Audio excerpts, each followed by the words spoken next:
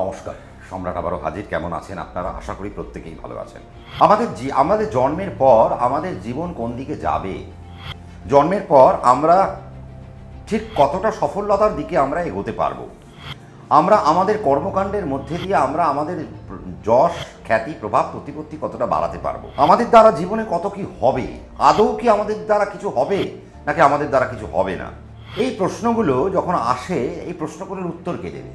এই প্রশ্নগুলোর উত্তর কিন্তু আমাদের জন্মছকে বসে থাকা প্ল্যানেটগুলো কিন্তু দেবে না। তার কারণ আমাদের জন্মছকে আমরা দেখতে পারি শনি তুঙ্গস্থ, বৃহস্পতি তুঙ্গস্থ, চন্দ্র তুঙ্গস্থ, কিন্তু তথাপি দেখছি আমরা আমাদের জীবনে চরম দুঃসময়ের মধ্যে দিয়ে যাচ্ছি। আমাদের আর্থিক খুব সমস্যার মধ্যে দিয়ে আমরা চলছি। আমাদের অর্থ নেই, আমাদের খাদ্য নেই, আমাদের খাদ্যের অভাব চলছে। আমরা যেদিকে যে হাত দিচ্ছি সবটাই যেন পণ্ড হয়ে যাচ্ছে। কেন? দেখুন, পঞ্চাঙ্গের একটা বড় ভূমিকা রয়েছে। পঞ্চ অঙ্গ, কেন এই পঞ্চ অঙ্গ, কী কী এই পঞ্চ অঙ্গ? অর্থাৎ আমাদের জন্মের পর আমরা যেটা পাই সেটা হচ্ছে আমরা একটা তিথি পাই, আমরা একটা নক্ষত্র পাই। তিথি, নক্ষত্র, বার, যোগ আর করণ। কী কী পেলাম আমরা? আমরা পাঁচটা জিনিস পেলাম। তিথি পেলাম, নক্ষত্র পেলাম, বার পেলাম, যোগ পেলাম, আমরা করণ পেলাম। তিথি কি? অর্থাৎ আমরা শুক্লপক্ষের বা কৃষ্ণপক্ষে কোনো না কোনো একটি তিথিতে আমাদের জন্ম হয়। আমরা প্রতিপদে জন্মগ্রহণ করতে পারি, আমরা দ্বিতীয়া তিথিতে জন্মগ্রহণ করতে পারি, তৃতীয়ায় জন্মগ্রহণ করতে পারি। এরকম করতে করতে 15টা দিন, অর্থাৎ কৃষ্ণপক্ষের 15টা দিন বা শুক্লপক্ষের 15টা দিন, অমাবস্যার দিকে বা পূর্ণিমার দিকে আমরা যে কোনো একটা তিথিতে আমরা জন্মগ্রহণ করলাম। এই যে তিথি, এই তিথিকে দেখছে কে? তিথির মালিককে। তিথির মালিক কিন্তু বৃহস্পতি। তিথিকে এনার্জাইজড করে কিন্তু বৃহস্পতি। তাহলে আপনার তিথি ভালো কি ভালো নয় তা কিন্তু জন্মছকে জন্মছকে কে দর্শাবে? জন্মছকে দর্শাবে কিন্তু বৃহস্পতি। আপনার যে তিথিতে জন্ম, আপনার সেই তিথি ওয়াইজ আপনার যদি জন্মছকে বৃহস্পতি নিচস্থ থাকে, তার মানে বুঝতে হবে যে আপনার তিথি কিন্তু নেগেটিভ জোনে চলে গেছে। আপনি কিন্তু নেগেটিভ জায়গা অ্যাকুয়ার করলেন। তার মানে আপনাকে আপনার জীবন যুদ্ধে বা আপনি যে জীবনের আপনার জন্মের পর থেকে আপনার যে জীবনযাত্রা যে শুরু হলো, এই জীবনযাত্রা কিন্তু আপনার অত সহজ নয়। আপনাকে অনেক কঠিন পথ আপনাকে অতিক্রম করতে হবে। আজকে আমাদের বারের একটা ভূমিকা রয়েছে। আমরা এই যে সোমবারে জন্মগ্রহণ করছি, মঙ্গলবারে জন্মগ্রহণ করছি, আমরা বুধবারে জন্মগ্রহণ করছি, বৃহস্পতি, শুক্র, শনি, রবি। তার মানে এই 7টা দিনের মধ্যে আমরা 7টা বারের মধ্যে কোনো একটা বারে আমরা জন্মগ্রহণ করছি। আমাদের কটা নক্ষত্র? আমাদের 27টি নক্ষত্র। এই 27টি নক্ষত্রের পাশাপাশি কখানা যোগ রয়েছে? আমাদের সূর্য সিদ্ধান্ত যোগ আমাদের 27খানা। তার মানে 27টি নক্ষত্র, 27টি যোগ। তার মানে আমরা কী কী পেলাম? আমরা একটা তিথি পেলাম, আমরা একটা বার পেলাম, আমরা 27টি নক্ষত্রের মধ্যে কোনো একটি নক্ষত্রে আমাদের জন্ম হবে। আমাদের 27টি নক্ষত্রের 27টি যোগ থাকে। তার মানে 27টি যোগের মধ্যে কোনো না কোনো একটি যোগে আমাদের জন্ম হতে পারে। যেমন আমাদের বৃদ্ধি যোগে জন্ম হতে পারে, আমাদের বৈধৃতি যোগে জন্ম হতে পারে, আমাদের ধৃতি যোগে জন্ম হতে পারে, আমাদের শুক্ল যোগে জন্ম হতে পারে, আমাদের প্রীতি যোগে জন্ম হতে পারে, আমাদের গণ্ড যোগে জন্ম হতে পারে, আমাদের অতিগণ্ড যোগে জন্ম হতে পারে। তার মানে এগুলো আমরা কিন্তু দেখতে পাচ্ছি। আমাদের আয়ুষ্মান যোগে জন্ম হতে পারে। তার মানে আমরা দেখতে পাচ্ছি আমাদের 27টা যোগের মধ্যে আমাদের কোনো না কোনো একটি যোগে আমাদের কিন্তু জন্ম হচ্ছে। আর এই যোগ কিন্তু আমাদেরকে বলে দেবে আমরা জীবনের কতটা যোগবল পাবো নাকি আমরা কতটা বিয়োগফল পাবো। অর্থাৎ যোগ যদি প্রমিনেন্ট হয়, আমাদের যাত্রাপথ অনেক সুবিধেজনক বা আমাদের যাত্রাপথ অনেক আসান হয়, অনেক সুবিধেজনক হয়, দারুণভাবে আমরা খুব সুন্দরভাবে আমরা রাস্তা অতিক্রম করতে পারবো। তারপরে কি থাকবে? করণ, অর্থাৎ তিথির অর্ধেক করণ। তিথি যদি 12 ডিগ্রিতে হয়, 6 ডিগ্রিতে একটি করণ তৈরি হয়। রবি আর চন্দ্রের যে দূরত্ব, সেই দূরত্ব যদি 12 ডিগ্রিতে থাকে তাকে আমরা একটা তিথি বলে গণ্য করি। আর রবি আর চন্দ্রের যে দূরত্ব, এই দূরত্ব যদি 6 ডিগ্রির মধ্যে থাকে তখন তাহলে আমরা তাকে করণ বলে গণ্য করি। আমাদের করণ কখনা? করণ আমাদের 11টি। তার মধ্যে 7টি আমাদের চলমান করণ আর 4টি হচ্ছে স্থির করণ। তাহলে 7 আর 4 11টা। এই 11টা করণের মধ্যে কোনো না কোনো একটি করণে আমাদের জন্ম হতে পারে। যেমন আমাদের কারো কারো বালক করণে জন্ম, কারো কারো আমাদের কৌলভ করণে জন্ম, কারো কারো আমাদের গড় করণে জন্ম, কারো কারো আমাদের গরিজ করণে জন্ম, কারো কারো আমাদের বৃষ্টিকরণে জন্ম, কারো আমাদের কৃণস্থগ্ন করণে জন্ম, কারো আমাদের চতুষ্পদ করণে জন্ম, কারো আমাদের শকুনিকরণে জন্ম। এই রকমভাবে আবার আমরা যখন যোগে আসছি, বজ্রযোগ দেখছি, সিদ্ধিযোগ দেখছি, সাধ্যযোগ দেখছি। তার মানে কেন এই পঞ্চাঙ্গকে আমাদেরকে ভাঙা হলো? তিথি অর্থাৎ আপনার কি তিথিতে জন্ম হলো, আপনার কি করণে জন্ম হলো, আপনার কি নক্ষত্রে জন্ম হলো, আপনার কি যোগে জন্ম হলো, আর আপনার কোন বারে জন্ম হলো। কেন বার? তার কারণ হচ্ছে রজ তম সত্ত্ব, এবং বারকে আমাদের কাজে লাগাতে হয় ভেলার জন্য। অর্থাৎ আপনার কোন বারে জন্ম, কোন বারের কোন ভেলায় জন্ম। আমি আগেও আপনাদের একটা ভেলা নিয়ে আমাদের একটা প্রোগ্রাম আছে, আপনারা সেটা চেক আউট করে নিতে পারেন, কোনো সমস্যা নেই। আমাদের ইউটিউব চ্যানেলে গিয়ে আপনারা সার্চ করলেই দেখবেন ভেলা আমাদের জীবনে কী কাজ করে, বা ভেলার করণীয়তা কী, বা ভেলার কার্যকারিতা কী, তা নিয়ে আমার একটা বড় অনুষ্ঠান দেওয়া রয়েছে। আপনারা সেই প্রোগ্রামটা যদি চেক আউট করতে পারেন তাহলে দেখবেন আপনারা ভেলা সম্পর্কে জানতে পারবেন। যে এই যে আমাদের যে শনিবার থেকে তামসিক ভেলা শুরু হলো, তারপর একটা রবিবার, তার মানে রজ তম সত্ত্ব, এই যে রজ তম সত্ত্ব সোয়া 1 ঘন্টা বাদে বাদে চেঞ্জ হচ্ছে।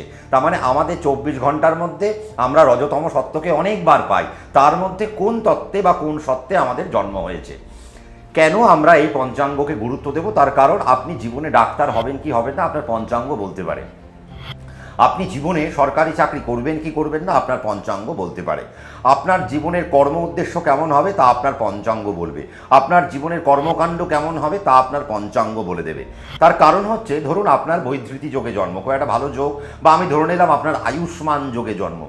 আয়ুষ্মান যোগ আপনি পেয়ে গেলেন, আবার ওইদিকে দেখা গেল আপনি হয়তো গরিজকরণে জন্ম। তার মানে আয়ুষ্মান যোগ, যেই যোগকে দেখছে রবি, আবার আপনার গরিজকরণ, তার মানে সেই করণের মালিক হয়ে গেলেন বৃহস্পতি। এবার দেখুন, এবার দেখা যাচ্ছে যে আপনার 4টে স্থিরকরণের মধ্যে কোনো একটা করণে জন্ম হলো। সে আপনার কিংস্তকন হতে পারে, চতুষ্পদ হতে পারে, নাগকরণ হতে পারে, বা শকুনীকরণ হতে পারে। এই 4টে হচ্ছে আমাদের স্থিরকরণ। ধরে নিলাম আপনার শকুনীকরণে জন্ম। তা আপনার যদি শকুনীকরণে জন্ম হয়, শকুনের কাজ কি? শকুনের কাজ হচ্ছে গিয়ে সে মরার মাংস খাবে।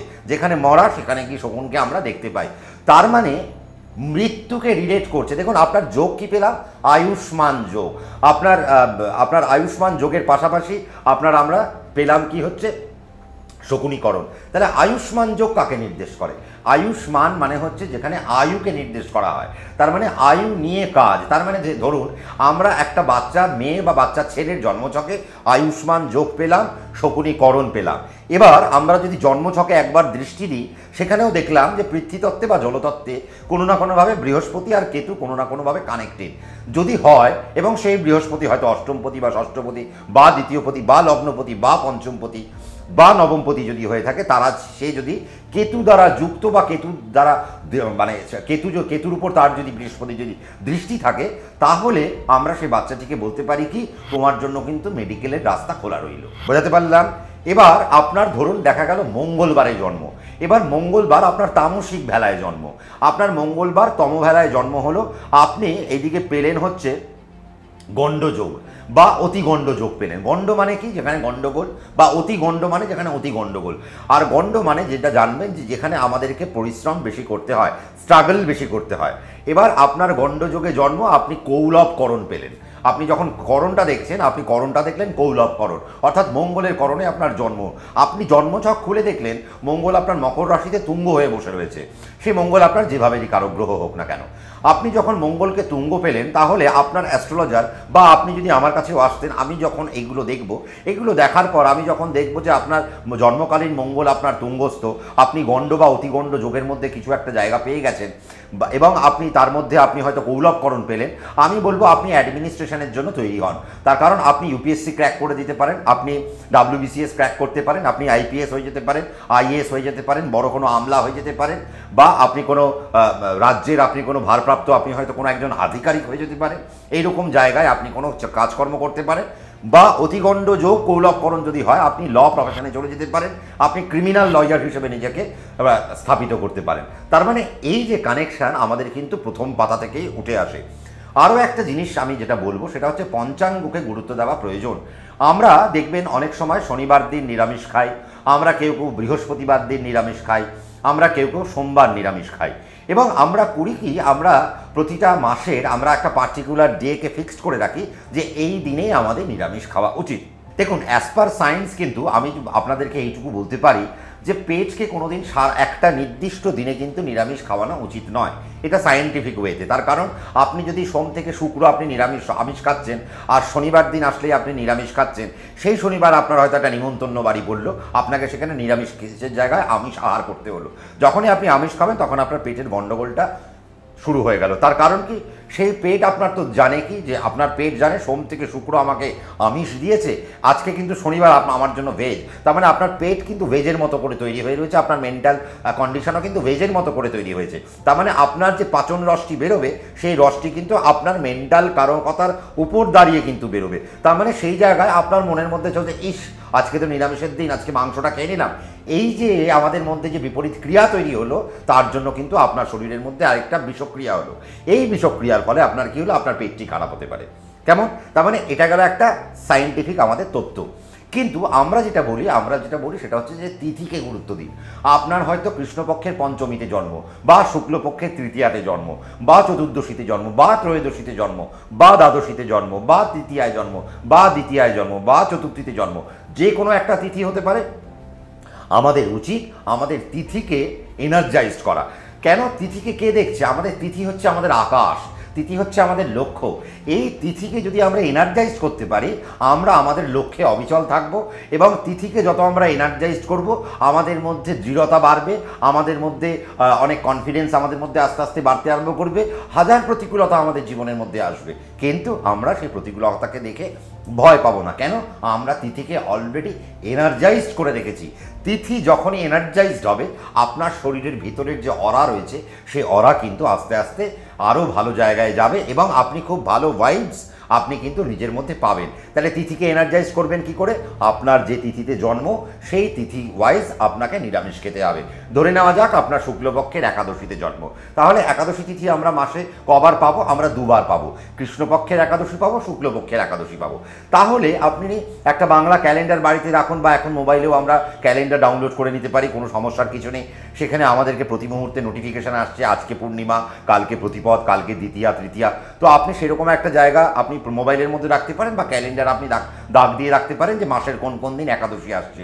যেদিনটা একাদশী আসছে সেদিনকে আপনারা ননভেজ খাবারকে অ্যাভয়েড করুন, সেদিনকে আপনারা ভেজগুলো খান। সেদিনকে ভেজ বলতে আপনাদেরকে পেঁয়াজ, আদা, রসুন বাদ দিয়ে দিন, অ্যানিমেল প্রোটিন সেদিনকে বাদ দিয়ে দিন। সেদিনকে অবশ্যই ডায়েটের মধ্যে একটু ঘি ভাত, একটু দুধ ভাত, বা একটু আপনাদের যদি দুধ না সহ্য হয়, বা ডেয়ারির অন্য কোনো প্রোডাক্ট যদি আপনার কোনো সহ্য হয়, তাহলে সেই রকম কিছু প্রোডাক্ট যদি আপনারা ইনটেক করতে পারেন, তাহলে আপনার তিথি এনার্জাইজড হবে।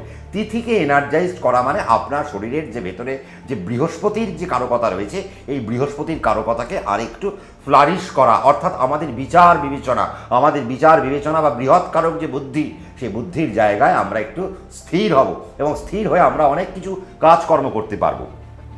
এই যে করণ, আজকে আমাদের যে করণগুলোতে আমাদের জন্ম হয়, আপনার যদি বালবকরণে জন্ম হয়, তাহলে বালবকরণকে কে দেখছে? চন্দ্র। আজকে যদি আপনার কৌলবকরণে জন্ম হয়, কৌলবকরণের মালিককে? কৌলবকরণের মালিক হয়ে গেলেন মঙ্গল। আজকে যদি আপনার ববকরণে জন্ম হয়, ববকরণের মালিককে? ববকরণের মালিক রবি।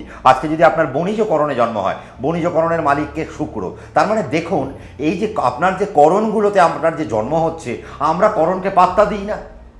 আর করণ মানে কি? Cause of birth. আমার জন্ম কেন হলো? এই জন্মের পর থেকে আমার কর্মকাণ্ড কি হওয়া উচিত? আমি ওকালতিতে যাব, নাকি আমি ফিজিক্সে যাব, নাকি আমি কেমিস্ট্রিতে যাব, নাকি আমি অর্থশাস্ত্রে যাব, নাকি আমি সাহিত্যে চলে যাব, নাকি আমি অভিনয়ে চলে যাব, নাকি আমি ক্রিয়েটিভ কোনো পার্টে চলে যাব, নাকি আমার দ্বারা কোনো ব্যবসায়িক জায়গা তৈরি হবে? কি হবে? কেন? আপনার যদি বণিজকরণে জন্ম হয়, তার মানে আপনার কজ অফ বার্থ কি? বণিজ মানে কি? বাণিজ্য মানে ব্যবসা। তার মানে আপনাকে ট্রেডের মধ্যে থাকতে হবে।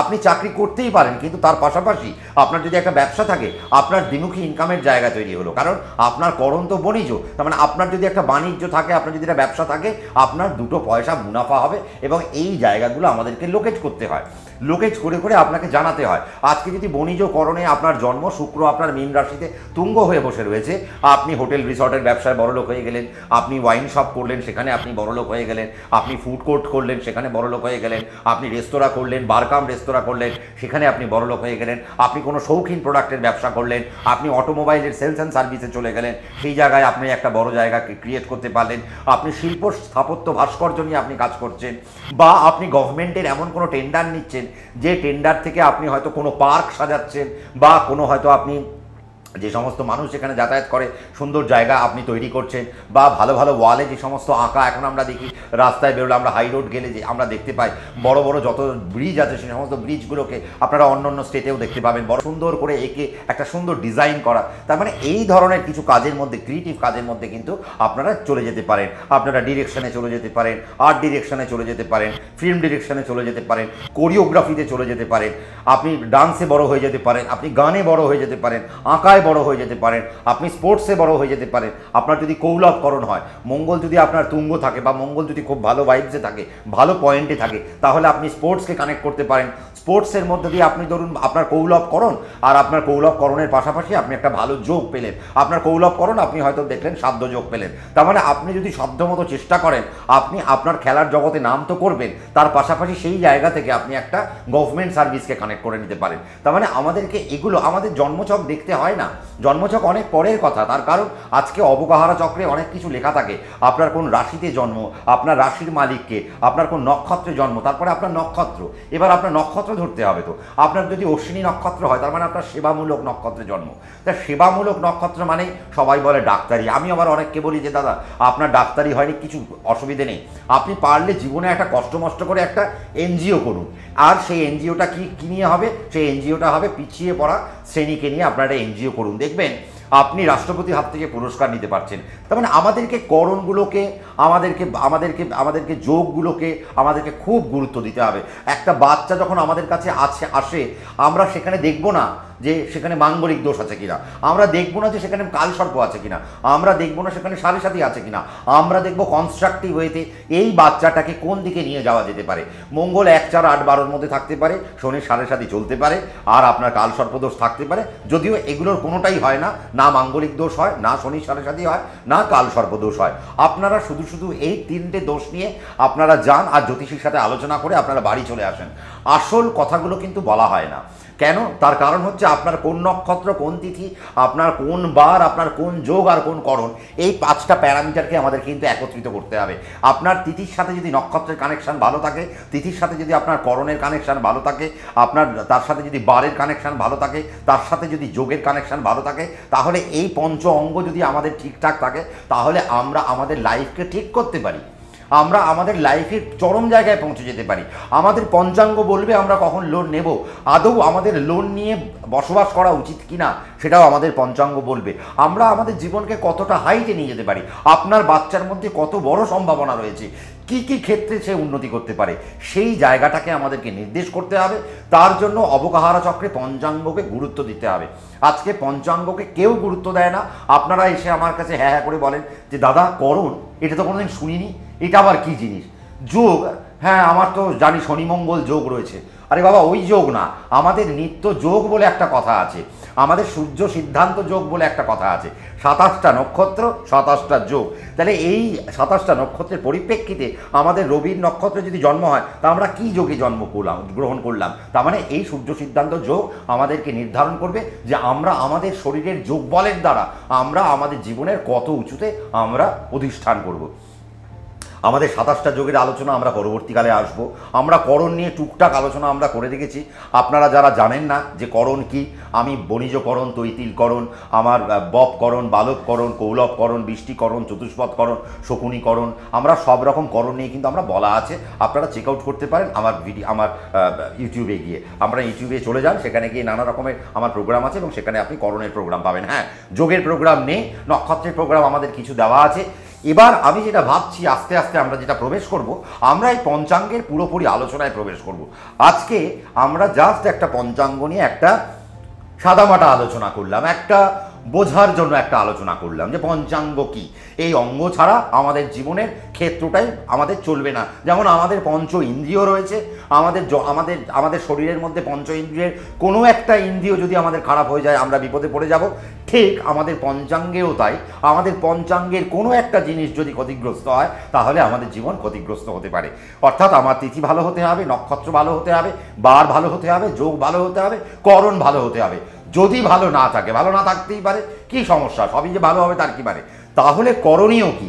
এবার আমার চলার পথটা কি হতে পারে, তাহলে আমার জীবন থেকে আমি কি কি বাদ দিয়ে দেবো, আর আমার জীবন থেকে আমি কি কি সব জীবনে আমি কি কি সংযোজন করব, আমার কখন ঘুম থেকে ওঠা উচিত, কখন ঘুমোতে যাওয়া উচিত, আমার দিনের কোন প্রহরে আমার কাজ করা উচিত, কতক্ষণ পর্যন্ত আমার কাজ করা উচিত।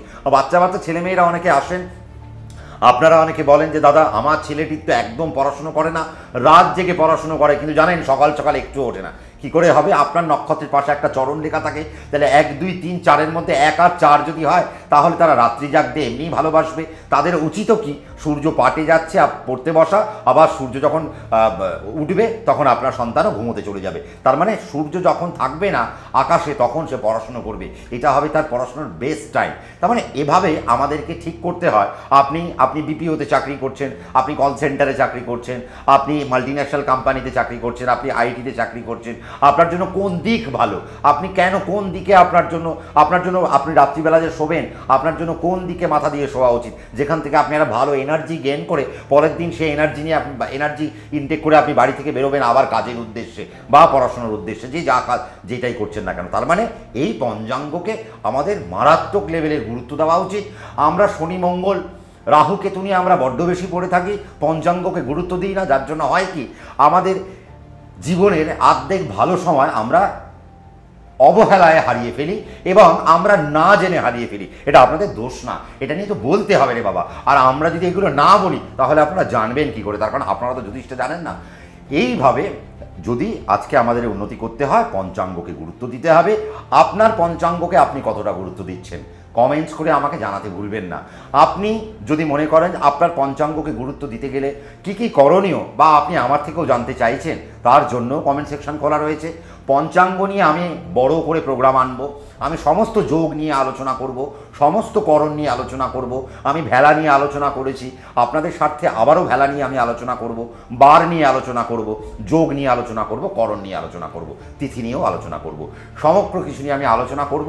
আপনাদের কোন কোন জিনিসগুলো জানতে ইচ্ছে করছে আপনারা লিখে জানাতে ভুলবেন না। যদি ভালো লেগে থাকে লাইক আর শেয়ার করতে ভুলবেন না, আমাকে আরেকটু মোটিভেট করতে লাল রঙের বাটনটা প্রেস করতে ভুলবেন না, আর তার পাশে থাকা নোটিফিকেশান বেলকেও প্রেস করবেন। কেন?